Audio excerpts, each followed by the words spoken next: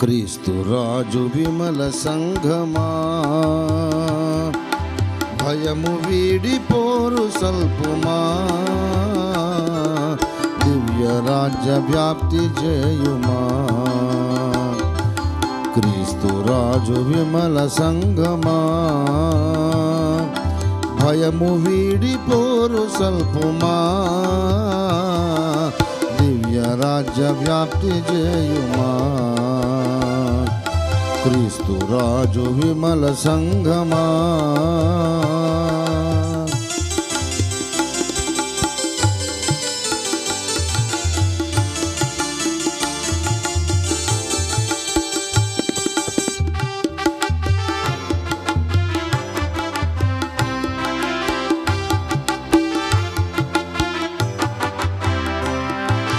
పరిశుద్ధాత్మా వరము మదిని గోరుము, సంధ్యమును వీడి పితను ప్రార్థించుము.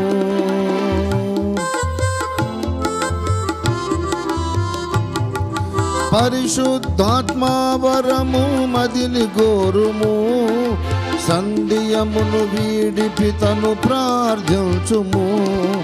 పరమ తండ్రి తన పరిశుద్ధాత్మనిచ్చును, భయము ద్రోలి తనదు దివ్య శక్తినిచ్చును. పరమ తండ్రి తన పరిశుద్ధాత్మనిచ్చును, భయము ద్రోలి తనదు దివ్య శక్తినిచ్చును. క్రీస్తు రాజు విమల సంఘమా.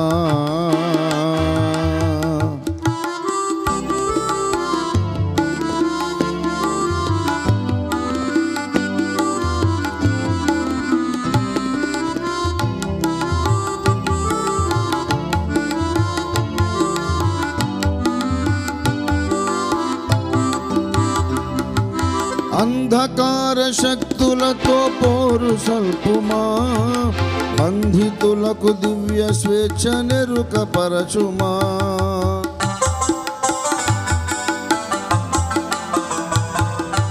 అంధకార శక్తులతో పోరు సల్పుమా, బంధితులకు దివ్య స్వేచ్ఛ నెరుకపరచుమా. మహిమ రూపి క్రీస్తు ప్రేమ విజయముందుము, పరమమన్నా భుజించి బలమునందుము. మహిమ రూపి క్రీస్తు పేర విజయముందుము, పరమమన్నా భుజించి బలమునందుము.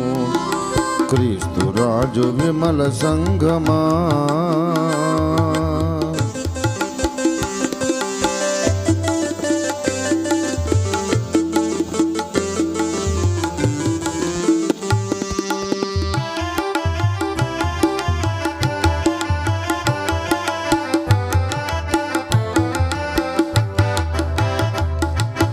ఆత్మచే శరీర క్రియలు చంపివేయుము, మంచి పోరు పోరి పరుగు కడ తీర్చుము.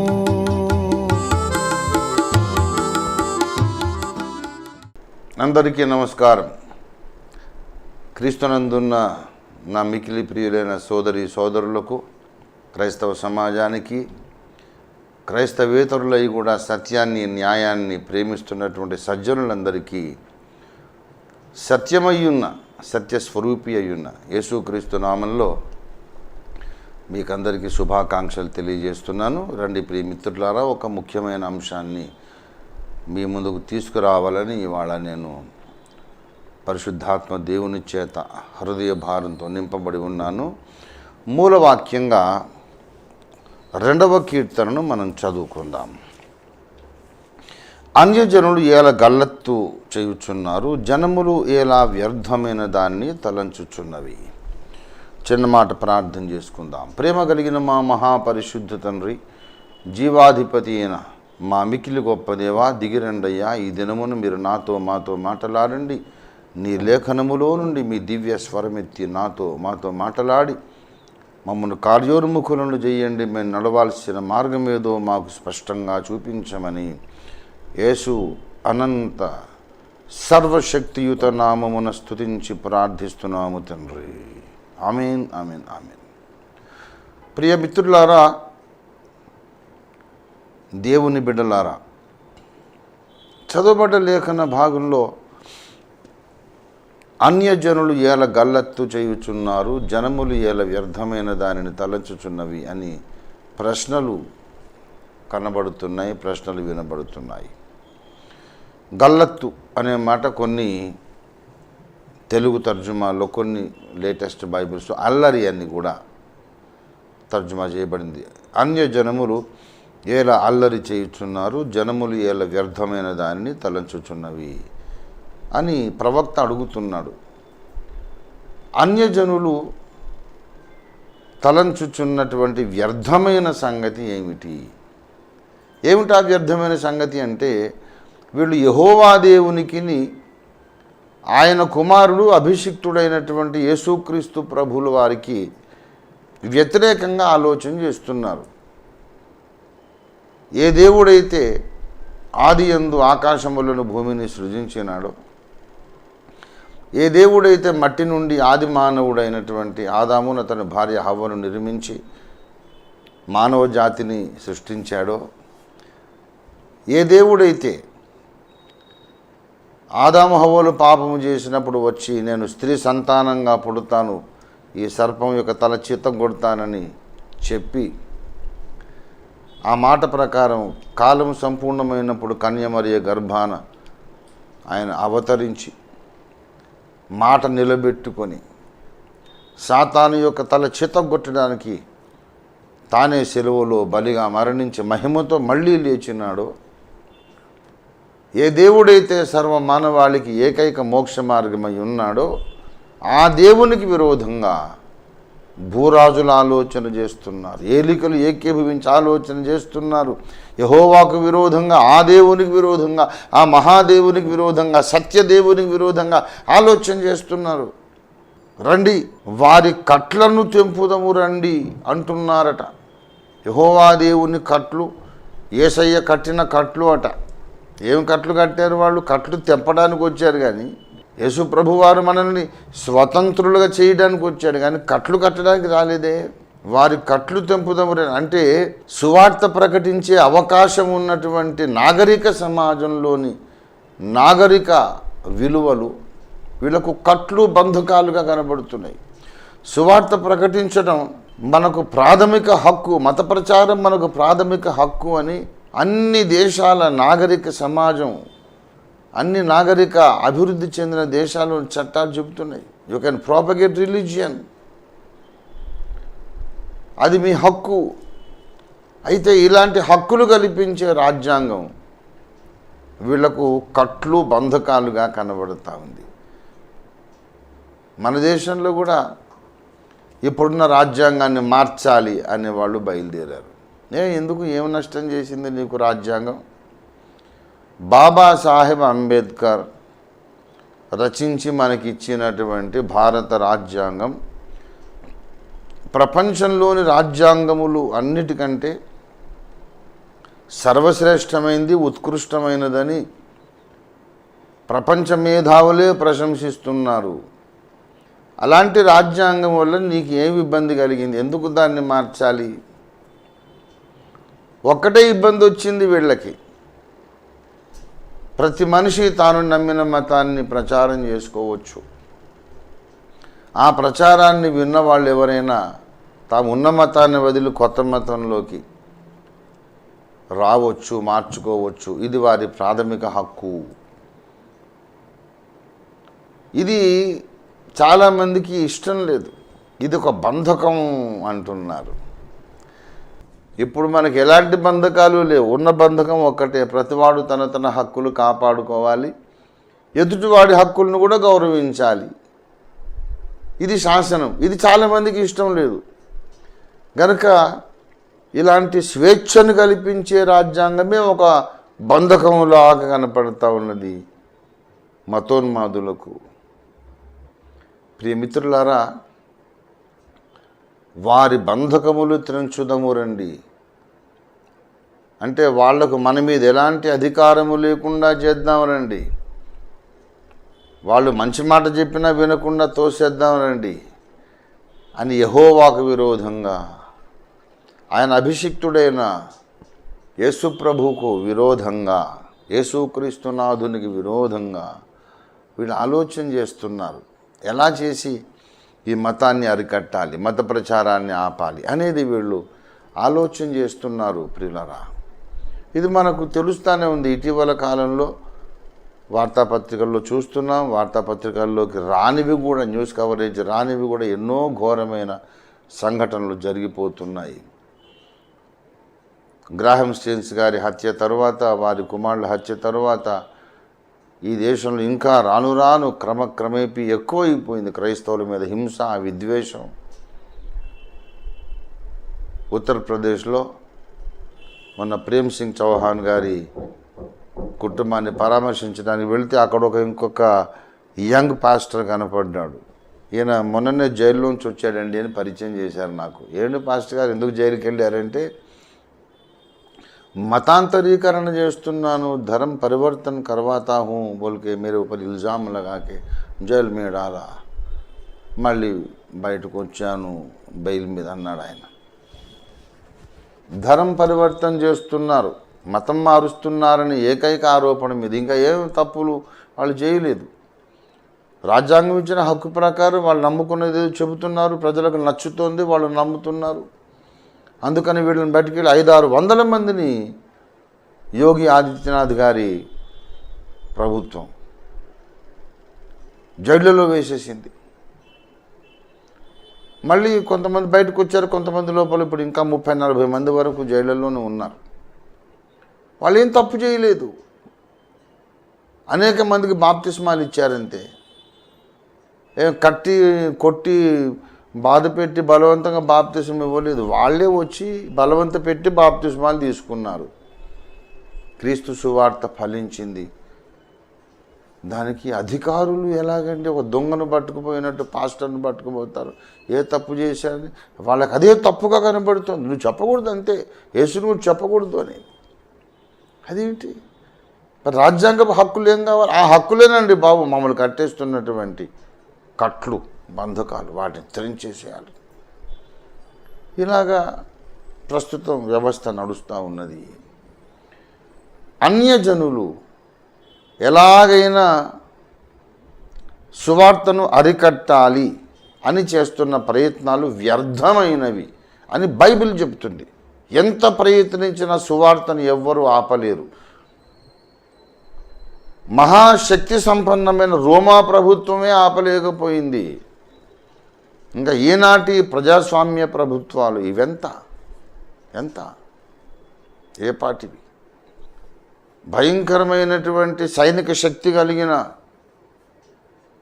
Well organised and established military and administrative system కలిగినటువంటి రోమా సామ్రాజ్యమే సువార్తను అరికట్టలేకపోయింది. సువార్తకు ఒక లక్షణం ఉంది. ఎంత అణిచివేయాలని చూస్తే అంత ఎక్కువ వ్యాపిస్తుంది. ఇది సైతానుకు తెలియదు, వాడి అనుచరులకు తెలియదు. బుద్ధిహీనులు వాళ్ళు. ఎంత తొక్కేద్దామంటే అంత వ్యాపిస్తుంది క్రైస్తవ్యం. వాళ్ళు ఆలోచించేది వ్యర్థమైనది. దానికి చిన్న ప్రతీక కర్ణాటక రాష్ట్రంలోని డెవలప్మెంట్. మతం మార్పిడి వ్యతిరేక బిల్లు తెచ్చారు, చట్టం చేశారు. వాళ్ళ ఎన్నికల్లో దేవుడు వాళ్ళకు ఒక గుణపాఠం నేర్పాడు. కాంగ్రెస్ ప్రభుత్వం వచ్చింది, ఆ చట్టాన్ని రద్దు చేసింది. ఇంతే జరిగేది. అయితే వీళ్ళు ఇంకా వదులుకోలేదు. ఎందుకంటే 100 సంవత్సరాల పోరాటం వీళ్ళది. 100 సంవత్సరాల నుండి భారతదేశంలో ఇంకో మతం లేకుండా చేయాలి, ఇది హిందూ రాష్ట్రం అని, హిందూ రాజ్యం అని ప్రకటించాలి అని కలలు కంటున్నారు. 2024లో మళ్ళీ వాళ్ళకే కనుక మనం అధికారం ప్రభుత్వం అప్పగిస్తే ఇది సెక్యులర్ రాజ్యం కాదు, ఆకాశం కింద భూమి మీద ఇది ఒక హిందూ రాష్ట్రం. సౌదీ అరేబియా ఎలాగైతే ఇస్లామిక్ థియోక్రటిక్ కంట్రీగా ఉన్నదో అలాగే హిందూ థియోక్రటిక్ కంట్రీగా ఇండియా ఉంటుంది అని ప్రకటించబోతున్నారట. అది వాళ్ళు ముందే చెప్పేశారు, ప్రకటించేశారు యథార్థంగా. ఎందుకంటే సువార్త వ్యాపిస్తుంది. సువార్త వ్యాపిస్తున్నది, దాన్ని చూసి వాళ్ళు భయపడుతున్నారు, అక్రమంగా కేసులు పెడుతున్నారు. కొన్ని వందల మంది పాస్టర్లను చంపేశారు, వేల చర్చిలను కూలగొట్టారు. అసలు చర్చిలు కట్టుకోకూడదంట, చర్చిలు కట్టుకుంటే ఆ ఊరి వాళ్ళందరూ నో అబ్జెక్షన్ ఇవ్వాలంట. ఎక్కడ లేనిపోని వింతైన ప్రచారాలు చేస్తున్నారు. ఎవరైనా ప్రభువుని నమ్ముకోవాలంటే ఊళ్ళో వాళ్ళందరినీ కన్విన్స్ చేసి నమ్ముకోవాలన్నట. అది కర్ణాటక చట్టం, మొన్న రద్దు చేసిన నల్ల చట్టం చెప్పింది అదే. 40 రోజులు కలెక్టర్ గారు, గ్రామ పంచాయతీ ప్రెసిడెంట్ గారు నోటీస్ బోర్డులో వీళ్ళ ఫోటో, వీళ్ళ ప్రకటన వేలాడదీస్తాడు. ఎవరైనా వచ్చి అడిగితే వీడు సమాధానం చెప్పాలి, అప్పుడు తర్వాతనే మతం మార్చుకోవాలి అట. ఏంటిది? ఇలాంటి నల్ల చట్టాలు, అన్యాయమైనటువంటి చట్టాలు చేసి సువార్తను అరికట్టాలని వాళ్ళు ప్రయత్నం చేస్తున్నారు. ఏమిటండి ఇలా మమ్మల్ని చంపుతున్నారు, కొడుతున్నారు, హింసిస్తున్నారు, మా చర్చిలు గోలగొడుతున్నారు, అసత్య ప్రచారాలు చేస్తున్నారు, అక్రమ కేసులు పెడుతున్నారు, ఏమిటి అని అధికారుల దగ్గరికి వెళ్తే ఎవరి దగ్గరికి వెళ్ళాలి? ప్రధానమంత్రి గారి దగ్గరికి వెళ్తాం, రాష్ట్రపతి గారి దగ్గరికి వెళ్తాం, సుప్రీంకోర్టుకి వెళ్తాం. ఈ 3 అధికార పీఠాలు కూడా తప్పకుండా రాజ్యాంగం ప్రకారమే ప్రవర్తించాలి, మాట్లాడాలి. ఇంక వాళ్ళకు వేరే అవకాశం లేదు. వీళ్ళకు న్యాయం చేయమని ఉత్తర్వులు ఇస్తారు. న్యాయం చేయాల్సిన కింద ఉన్న వ్యవస్థ, అంచెలంచెల వ్యవస్థలో ఎక్కడో మళ్ళీ ఎవరో ఒకరు కూర్చొని ఉంటారు మతోన్మాదులు. వాళ్ళు న్యాయం జరగనివ్వరు.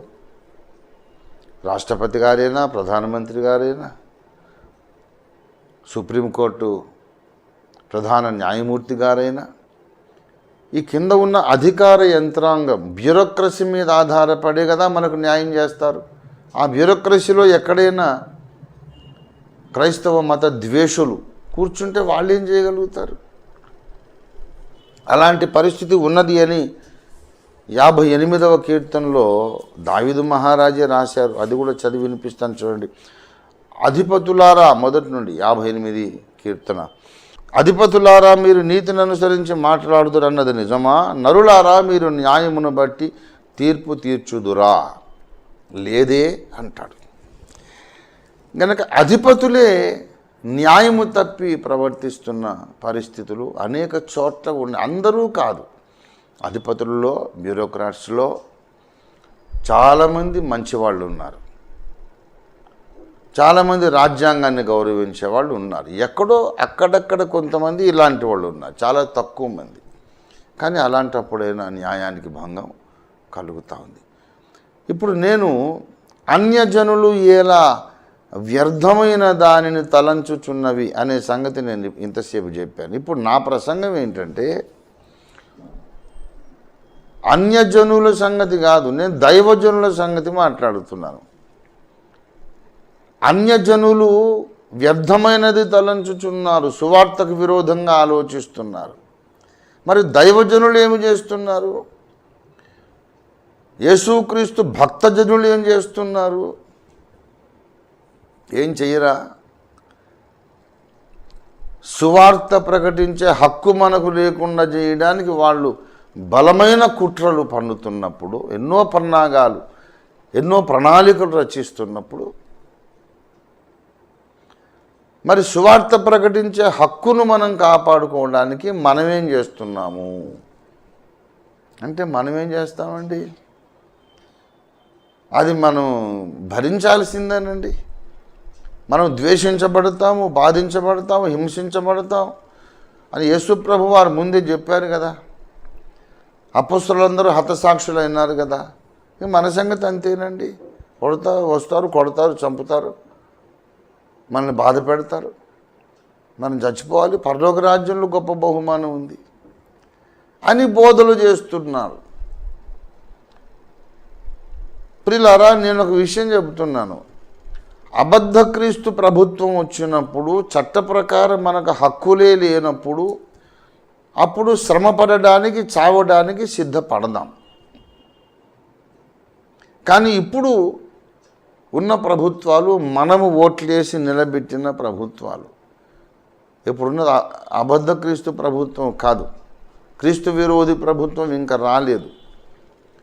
ఇప్పుడు రాజ్యాంగాలు ఉన్నాయి, హక్కులు ఉన్నాయి,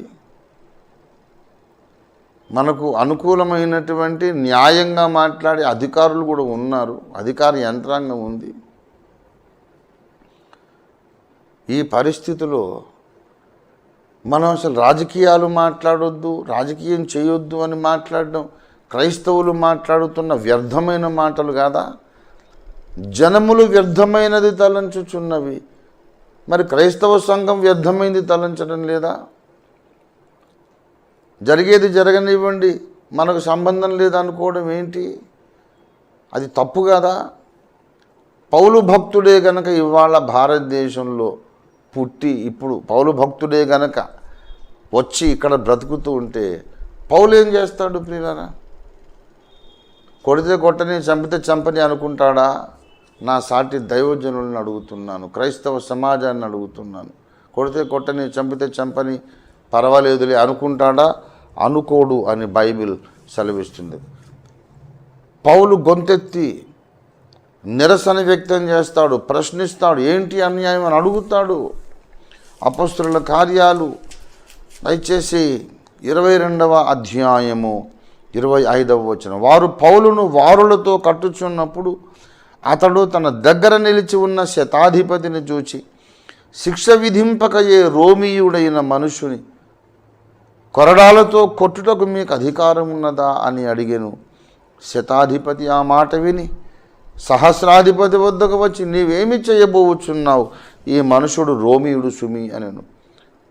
పౌలు జీవించిన కాలంలో రోమియులకు ప్రత్యేకమైన హక్కులు ఉండేవి. సరైన విచారణ లేకుండా అక్రమంగా, అన్యాయంగా, అడ్డగోలుగా శిక్షించడానికి వీలు లేదు. అలా అన్యాయంగా ఎవరైనా రోమా పౌరుడు శిక్షింపబడితే చక్రవర్తి రంగప్రవేశం చేసి ఆ అన్యాయమైన తీర్పు తీర్చినటువంటి అధిపతిని తల నరికి చంపించి వేస్తాడు. అది తీవ్రమైన చట్టం రోమా ప్రభుత్వ కాలంలో. ఆ చట్టం కింద సంరక్షణ పొందాడు పౌలు. అసలు విచారణ జరగలేదు, నా నేరం నిరూపణ కాలేదు, కొరడాలతో కొడతారా? మీకు హక్కున్నదా? నేను రోమియుణ్ణి కదా అన్నాడు పౌలు. శతాధిపతి గడగడలాడినాడు. బయలుదేరి సహస్రాధిపతి దగ్గరికి, హయ్యర్ అఫీషియల్ దగ్గరికి వెళ్ళాడు. ఏమండి, ఏం చేయబోతున్నారు? ఆయన రోమియుడండి అన్నాడు. అంటే సహస్రాధిపతి వచ్చి, నీవు రోమియుడవా అని అడిగి, అవును నేను రోమియుడిని అంటే సహస్రాధిపతి అంటాడు 28లో, నేను బహుద్రవ్యం ఇచ్చి, చాలా డబ్బులు ఖర్చు పెట్టి ఈ పౌరసత్వాన్ని కొనుక్కున్నాను అన్నాడు. అబ్బెబ్బే, నేను అలాంటి బాపతి కాదు, డబ్బులు ఖర్చు పెట్టి పౌరుణ్ణి కాలేదు, పుట్టుకతో రోమా పౌరుణ్ణి, నాకున్న హక్కు స్పెషల్, నీకన్నా ఎక్కువ అని చెప్పాడు. అప్పుడు వెంటనే సహస్రాధిపతి పౌలు రోమియుడని తెలుసుకున్నప్పుడు అతన్ని బంధించినందుకు సహస్రాధిపతి కూడా భయపడెను. వెంటనే అతన్ని విడిచిపెట్టాడు. ప్రభునందు ప్రియులారా, ఆ కాలములో ఉన్న చట్టాన్ని పౌలు వాడుకున్నాడు. మరి ఈ కాలంలో పౌలే గనక ఇండియాకు వస్తే రాజ్యాంగంలోని 25వ అధికరణాన్ని వాడుకోడా? దాన్ని ఎందుకు కొడుతున్నారు? చట్ట ప్రకారం నేను చేసిందే నేరం కాదే, రాజ్యాంగబద్ధమైన హక్కులే వాడుకుంటున్నాను కదా. ఇలా నన్ను కొట్టమని, అన్యాయంగా జైళ్ళలో పెట్టమని ఏ చట్టం చెప్పింది? ధర్మ పరివర్తన చేస్తున్నాను అని చెప్పి జైల్లో పెడతారా? అసలు ధర్మ పరివర్తన చేయకూడదు అని ఏ చట్టం చెప్పింది? ఏ ఏ అధికరణం చెప్పింది అని అడుగుతాడా లేదా పౌలు? అడుగుదాం మనం. ఇలా టీవీ ఛానళ్ళు అడగడం కాదు, రోడ్డు ప్రక్కన టెంట్ వేసి అడగడం కాదు, మీటింగ్స్లో అడగడం కాదు. ఇక్కడ అడిగితే ఎవరు పట్టించుకోరు. మీడియా కూడా మనకు కవరేజ్ ఇవ్వదు. మరి ఏం చేయాలి? పార్లమెంట్లో అడగాలి. పార్లమెంట్లో నిలబడి ఒక సభ్యుడు, ఏంటి దేశంలో క్రైస్తవుల మీద ఈ దాడులు ఏమిటి, అక్రమ కేసులు ఏంటి, అక్రమ అరెస్టులు ఏంటి, జైళ్ళల్లో పెట్టడాలు ఏంటి, ఈ విష ప్రచారం ఏంటి, రాజ్యాంగ విరుద్ధమైన ఈ పరిపాలన ఏంటి అని అడగాలంటే దానికి ఒక రూట్ ఉంది. పార్లమెంట్లో ఎలా ప్రవేశిస్తాము? సభ్యుడిగా, ఎంపీగా ప్రవేశించాలి. దానికి ఒక రాజకీయ ప్రక్రియ ఉంది. ఒక పార్టీలో, ఒక రాజకీయ పార్టీలో చేరాలి, నామినేషన్ వేయాలి, ఓట్లు వేయించుకోవాలి. ఓట్లు వేయించుకొని మెజారిటీతో నెగ్గి ఎన్నికల పోరాటంలో గెలిచినటువంటి ప్రజాప్రతినిధిగా అధికారముతో పార్లమెంట్లో ప్రవేశించి అక్కడ ఈ అన్యాయపు వ్యవస్థను ప్రశ్నించాలి. అప్పుడు దేశం వింటుంది, మీడియా తప్పకుండా చచ్చినట్టు కవరేజ్ ఇస్తుంది, ప్రపంచం వింటుంది, పెద్దల మీద, ప్రభుత్వ పెద్దల మీద ఒత్తిడి వస్తుంది, ఈ అన్యాయాలు తగ్గిపోతాయి. మనం పౌలులాగా ప్రవర్తిద్దాం. ఒక్కడు ప్రశ్నిస్తే అది ప్రశ్న, కోటి మంది కలిసి ప్రశ్నిస్తే అది ఉద్యమం. శాంతియుతంగానే, మనమేమి గొడవలు చేయొద్దు. పౌలు ఏమి ఆయుధం పట్టుకున్నాడా, కొట్టాడా, తిట్టాడా? రాజ్యాంగ ప్రకారం మీకు ఇలా నన్ను కట్టేసే హక్కున్నదండి అని అడిగాడు, అంతే. వ్యవస్థే గడగడలాడిపోయింది. ఆ పని మనం చేద్దాం. నేను ఒక పార్టీ పెట్టాను, అయితే ఆ పార్టీకి మీరు ఓటేయమని నేను చెప్పట్లేదు. ఏ పార్టీలోనైనా ఉండని, మోకరించి యేసయ్యకు ప్రార్థన చేసే ఒక బిడ్డకు ఓటేద్దామని క్రైస్తవులందరూ అనుకోవాలి. ఏ పార్టీ అయినా కానీ. నా పార్టీ ఎంత? బాబాసాహెబ్ అంబేద్కర్ స్థాపించిన రిపబ్లికన్ పార్టీయే ఇవాళ అన్ని స్థానాల్లో పోటీ చేయలేని పరిస్థితిలో ఉన్నది. అలాంటప్పుడు నేను నాలాంటి చిన్న చితక పార్టీలు ఏ పార్టీ? మనకు కావలసింది రాజ్యాంగాన్ని గౌరవించే వాళ్ళను మనం నిలబెట్టుకొని, సువార్తను వ్యతిరేకించకుండా, ద్వేషించకుండా, మతం మార్చుకోవడం, మతాన్ని ప్రచారం చేయడం ప్రాథమిక హక్కు అని గౌరవించే సంస్కారవంతులను మనం పార్లమెంటుకు పంపిద్దాం. అవకాశం ఉంటే మనమందరం కలిసి ఒక్క ఇద్దరు ముగ్గురిని, నలుగురినైనా పంపిద్దాం పార్లమెంటుకు. పార్లమెంట్లో ఒక 5గురు మోకరించి ప్రార్థించే అనుభవం కలిగిన ప్రార్థనా పరులు పార్లమెంట్లో ఉంటే మన దేశానికి ఆశీర్వాదం. క్రైస్తవులు రాజకీయ స్పృహ కలిగి, ఒక అవేర్నెస్ కలిగి, అవగాహన కలిగి ఉండాలని నేను పిలుపునిస్తున్నాను. పార్టీ కోసం మాట్లాడడం లేదు, ప్రార్థన చేసే ఒక వ్యక్తిని, కొందరు వ్యక్తులను పార్లమెంటుకు పంపిద్దామని నేను పిలుపునిస్తున్నాను. అందరూ ఆలోచించండి. అన్యజనులు వ్యర్థమైన దాన్ని తలస్తున్నాయి, ఆలోచిస్తున్నాయి. మరి మనమైనా ప్రయోజనకరమైంది ఆలోచించి మన దేశాన్ని బాగు చేసుకుందాం. దేశంలోని మతోన్మాద పిశాచాన్ని తరిమి కొడదాం. యేసయ్య నామంలో పరిశుద్ధాత్మ శక్తితో మనం ఈ పని చేద్దాం. ప్రభు మనకు సహాయం చేయనుగాక. ప్రార్థన. ప్రేమ కలిగిన మా మహాపరిశుద్ధ తండ్రి, జీవాధిపతి అయిన మా యేసయ్య, నీకు స్తోత్రాలు. నీ వాక్యాన్ని మీరు ఫలింపజేయండి. భారతదేశ క్రైస్తవ సమాజాన్ని మీరు సమైక్యపరచండి.